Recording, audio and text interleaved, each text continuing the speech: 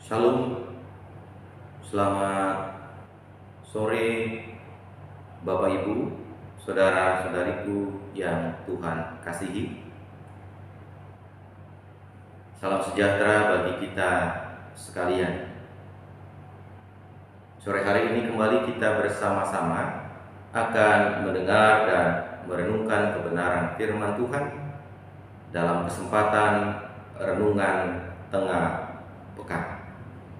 Sebelumnya, Bapak Ibu, saudara-saudariku yang Tuhan kasihi, mari kita berdoa untuk kita merendahkan diri.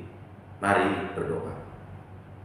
Bapa di dalam surga, kami bersyukur kepadamu, sebab sore hari ini kami dapat kembali berada dalam kesempatan untuk mendengar dan merenungkan kebenaran sabdamu. Sekalipun kami berupaya untuk mendengarkan kebenaran sabda Tuhan itu dari tempat kami masing-masing, kami percaya, kami meyakini bahwa kuasa Tuhan tetap akan bekerja bersama-sama dengan kami. Oleh karena itu, ya Tuhan, kami memohon, tuntunlah kami dengan kuasa Roh Kudus, bimbinglah kami dengan hikmat Tuhan, supaya firman yang kami dengar dapat kami pahami dan dapat kami lakukan dalam kehidupan kami. Berfirmanlah Tuhan, karena kami telah siap untuk mendengarkan. Amin. Bapak Ibu yang Tuhan kasihi, mari kita membuka surat Yakobus pasal yang kedua. Kita akan membaca mulai ayat yang pertama hingga ayat yang ke-13. Yakobus pasal 2 ayat pertama hingga 13 saya bacakan untuk ibu bapak, saudara-saudariku yang Tuhan kasihi. Jangan memandang muka. Saudara-saudaraku, sebagai orang yang beriman kepada Yesus Kristus, Tuhan kita yang mulia, janganlah iman itu kamu amalkan dengan memandang muka. Sebab jika ada seorang masuk ke dalam kumpulanmu dengan memakai cincin emas dan pakaian indah, dan datang juga seorang miskin ke situ dengan memakai pakaian buruk, dan kamu menghormati orang yang berpakaian indah itu, dan berkata kepadanya, "Silakan Tuan duduk di tempat yang baik ini." Sedangkan kepada orang yang miskin itu kamu berkata, "Berdirilah di sana," atau "Duduklah di lantai di dekat tumpuan kakiku." Bukankah kamu telah membuat pembedaan di dalam hatimu dan bertindak sebagai hakim dalam pikiran yang jahat? Dengarkanlah, hai saudara-saudara yang kukasihi. Bukankah Allah memilih orang-orang yang dianggap miskin oleh dunia ini untuk menjadi kaya dalam iman dan menjadi ahli waris kerajaan yang telah dijanjikannya kepada barang siapa yang mengasihi Dia? Tetapi kamu telah menghinakan orang-orang miskin. Bukankah justru orang-orang kaya yang menindas kamu dan yang menyeret kamu ke pengadilan? Bukankah mereka yang menghujat nama yang mulia, yang olehnya kamu menjadi milik Allah? Akan tetapi jikalau kamu menjalankan hukum utama yang tertulis dalam kitab suci, "Kasihilah sesamamu manusia seperti dirimu sendiri," kamu berbuat baik. Tetapi jikalau kamu memandang muka, kamu berbuat dosa, dan oleh hukum itu menjadi nyata bahwa kamu melakukan pelanggaran. Sebab barang siapa menuruti seluruh hukum itu, tetapi mengabaikan satu bagian daripadanya, ia bersalah terhadap seluruhnya. Sebab ia yang mengatakan jangan berzina, ia mengatakan juga jangan membunuh. Jadi jikalau kamu tidak berzina tetapi membunuh, maka kamu menjadi pelanggar hukum juga. Berkatalah dan berlakulah seperti orang-orang yang akan dihakimi oleh hukum yang memerdekakan orang. Sebab penghakiman yang tak berbelas kasihan akan berlaku atas orang yang tidak berbelas kasihan, tetapi belas kasihan akan menang atas penghakiman. Demikian, Ibu Bapa, saudara-saudariku yang Tuhan kasihi, firman Tuhan yang kita dengar pada sore hari ini. Berbahagialah kita yang mendengarnya, memelihara serta melakukannya di dalam hidup kita dari hari ke hari. Terpujilah nama Tuhan. Bapak, Ibu, saudara-saudariku yang Tuhan kasihi, ketika kita bicara soal mengasihi sesama, maka tentu saja kata mengasihi sesama itu hendak menegaskan bahwa apa yang harus kita lakukan itu tanpa pengecualian atau tanpa pembeda-bedaan. Sebab sesama yang dimaksudkan dari kata mengasihi sesama adalah semua orang tanpa terkecuali. Semua orang tanpa pilih-pilih dan tanpa pandang bulu. Nah, tentu saja Ibu Bapa, saudara-saudariku yang Tuhan kasihi, mengasihi sesama menjadi bagian dari yang harus terus kita refleksikan dalam hidup kita. Menjadi bagian yang harus terus kita renungkan di tengah-tengah kehidupan kita. Mengapa?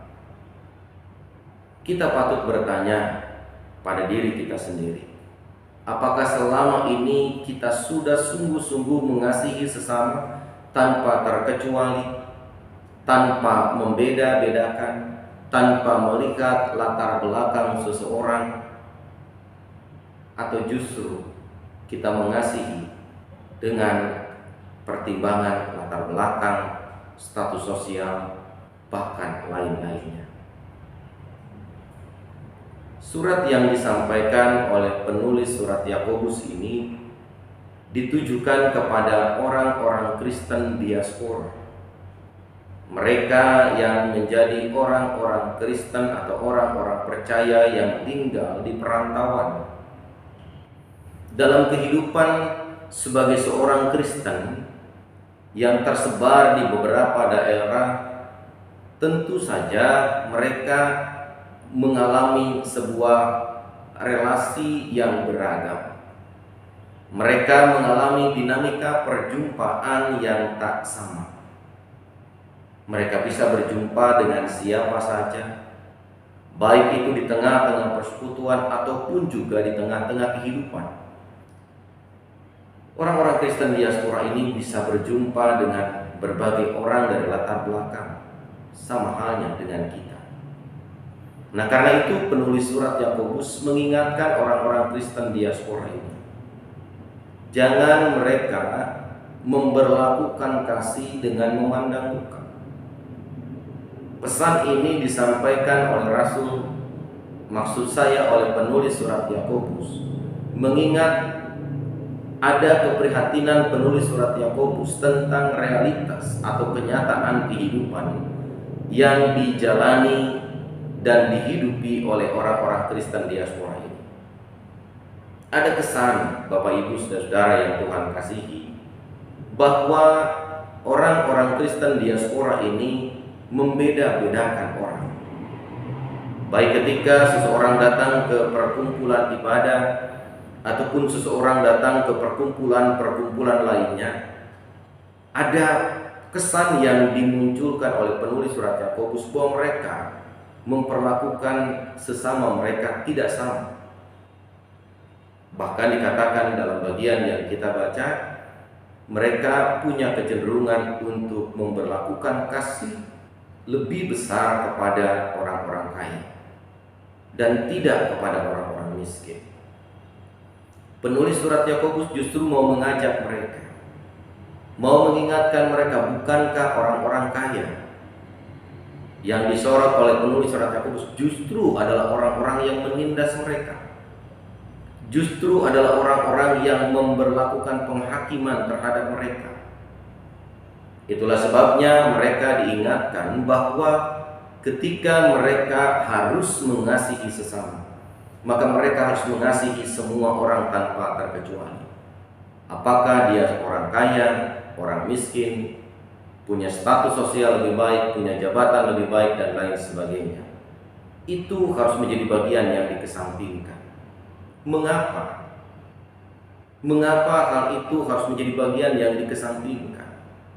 Sebab kita melihat, penulis surat Yakobus melihat bahwa Allah sendiri mengasihi manusia bukan oleh karena manusia telah memiliki sesuatu, bukan oleh karena manusia telah memiliki keahlian, kehebatan, dan lain-lainnya di hadapan Tuhan sehingga Tuhan mengasihi manusia.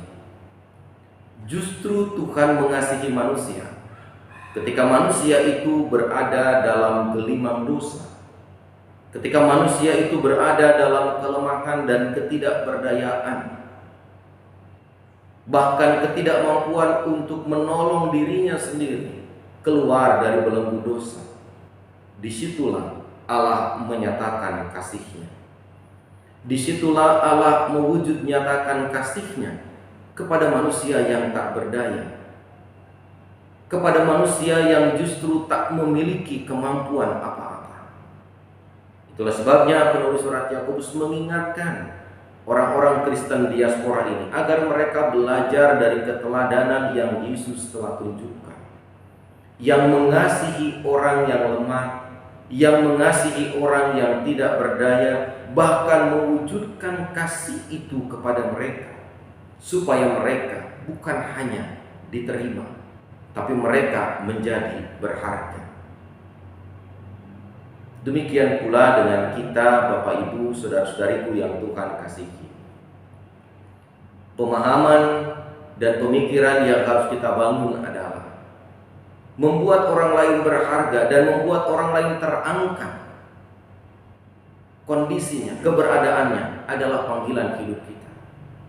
Dan salah satu cara supaya kita bisa mengangkat, menaikkan, dan memberlakukan orang lain dengan berharga, tentu saja kita harus mengasihi dan menerima mereka apa adanya.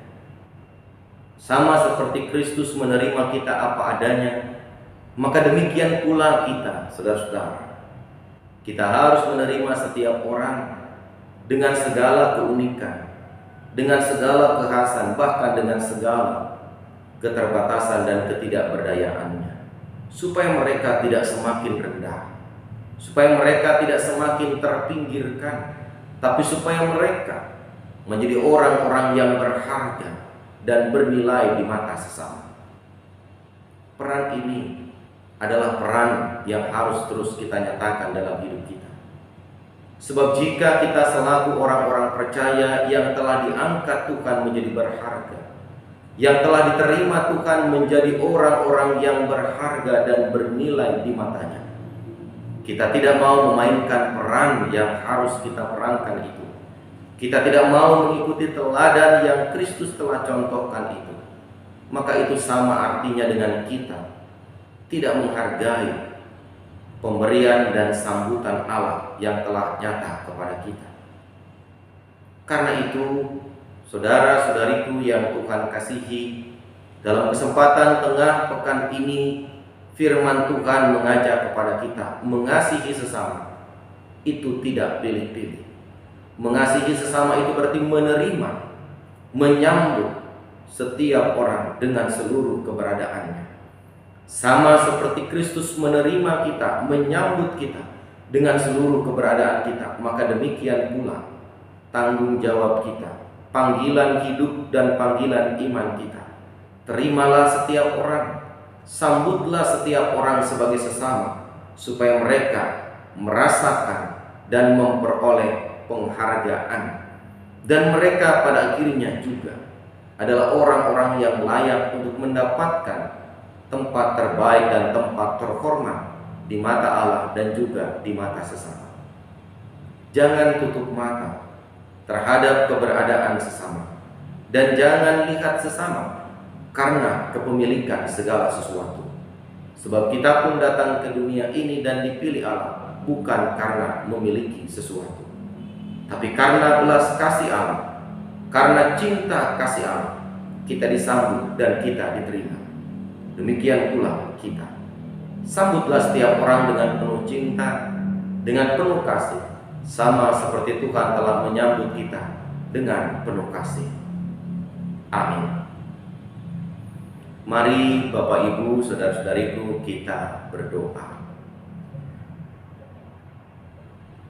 Tuhan yang Maha Baik, Allah yang menjadi sumber kekuatan hidup kami bersyukur dan berterima kasih untuk firman yang telah kami dengar, firman yang mengajar dan mengingatkan kami untuk menerima sesama, bukan oleh karena mereka memiliki sesuatu, tapi oleh karena Tuhan juga telah menerima kami dan menjadikan kami berharga di mata Tuhan. Sebagai umat yang telah dibuat dan dirangkai menjadi berharga oleh Tuhan, maka kami pun dipanggil untuk menempatkan dan menerima orang lain sebagai pribadi yang berharga dengan segala keunikannya. Saat ini kami berdoa untuk saudara-saudari kami yang sakit. Tuhan berkatilah mereka, pulihkanlah mereka. Bahkan berbagai upaya yang dilakukan oleh saudara-saudari kami, kiranya itu tidak Tuhan biarkan menjadi sia-sia. Kami berdoa untuk orang tua kami yang memasuki usia lanjut. Pemeliharaan Tuhan, rahmat Tuhan kiranya terus nyata bagi orang tua kami, sehingga orang tua kami pun berada dalam sukacita, kekuatan, penghiburan, dan penuh pengharapan. Saudara-saudara kami yang berada dalam pergumulan, Tuhan berkati dan sertai, supaya dalam pergumulannya mereka senantiasa diberikan kesabaran untuk terus mengandalkan kuasa dan pertolongan Tuhan. Anak-anak kami yang tengah menempuh pendidikan, baik yang sudah mulai mengikuti pembelajaran tatap muka ataupun yang masih mengikuti pembelajaran secara daring, berkatilah mereka, anak-anak kami ini Tuhan, supaya mereka boleh menjadi anak-anak yang cerdas, anak-anak yang juga takut akan Tuhan. Berkatilah setiap aktivitas yang kami wujudkan dan kami lakukan di berbagai ruang kehidupan yang Tuhan percayakan. Bapa di dalam surga, kami berdoa untuk berbagai kegiatan, baik yang dilakukan di tengah-tengah kehidupan jemaat, di aras klasis, sinodal, dan oikumenis. Tuhan berkatilah supaya semua itu dapat berjalan baik, dapat berjalan lancar, dan menjadi persembahan kami untuk kemuliaan nama Tuhan. Berkati para pemimpin bangsa kami Tuhan, yang tidak pernah berhenti, yang tidak pernah lelah untuk mengupayakan kehidupan yang sehat, kehidupan yang baik, menegakkan identitas dan jati diri bangsa. Kami percaya, kami yakin upaya-upaya penanggulangan dari penyebaran COVID-19 kiranya juga berjalan baik dan efektif. Oleh karena itu, mereka yang setia dan takut akan Tuhan mengupayakan percepatan vaksinasi, kami memohon berkatilah Tuhan. Ya Allah yang Maha Baik, kami akan melanjutkan aktivitas kami, baik bersama dengan keluarga dan orang-orang terkasih ataupun aktivitas rutin kami di sore menjelang malam hari ini. Kami mohon pimpinan dan penyertaan Tuhan supaya semua dapat berjalan seturut dan sesuai dengan kehendak-Mu. Ini doa kami ya Tuhan, yang kami mau serahkan, kami mau naikkan hanya di dalam nama Tuhan kami Yesus Kristus, dan di dalam nama Yesus bersama-sama kami berdoa dalam doa Bapa kami. Bapa kami yang di sorga, dikuduskanlah nama-Mu, datanglah kerajaan-Mu, jadilah kehendak-Mu di bumi seperti di sorga. Berikanlah kami pada hari ini makanan kami yang secukupnya, dan ampunilah kami akan segala kesalahan kami, seperti kami juga mengampuni orang yang bersalah kepada kami. Dan janganlah membawa kami ke dalam pencobaan, tetapi lepaskanlah kami daripada yang jahat, karena Engkaulah yang punya kerajaan dan kuasa dan kemuliaan sampai selama-lamanya. Amin. Demikian Ibu Bapa, saudara-saudariku yang Tuhan kasihi, renungan tengah pekan kita pada sore hari ini. Mari kita lakukan apa yang menjadi pesan firman Tuhan saat ini dengan sungguh-sungguh, seperti Tuhan telah mengasihi dan mencintai kita. Tuhan memberkati kita.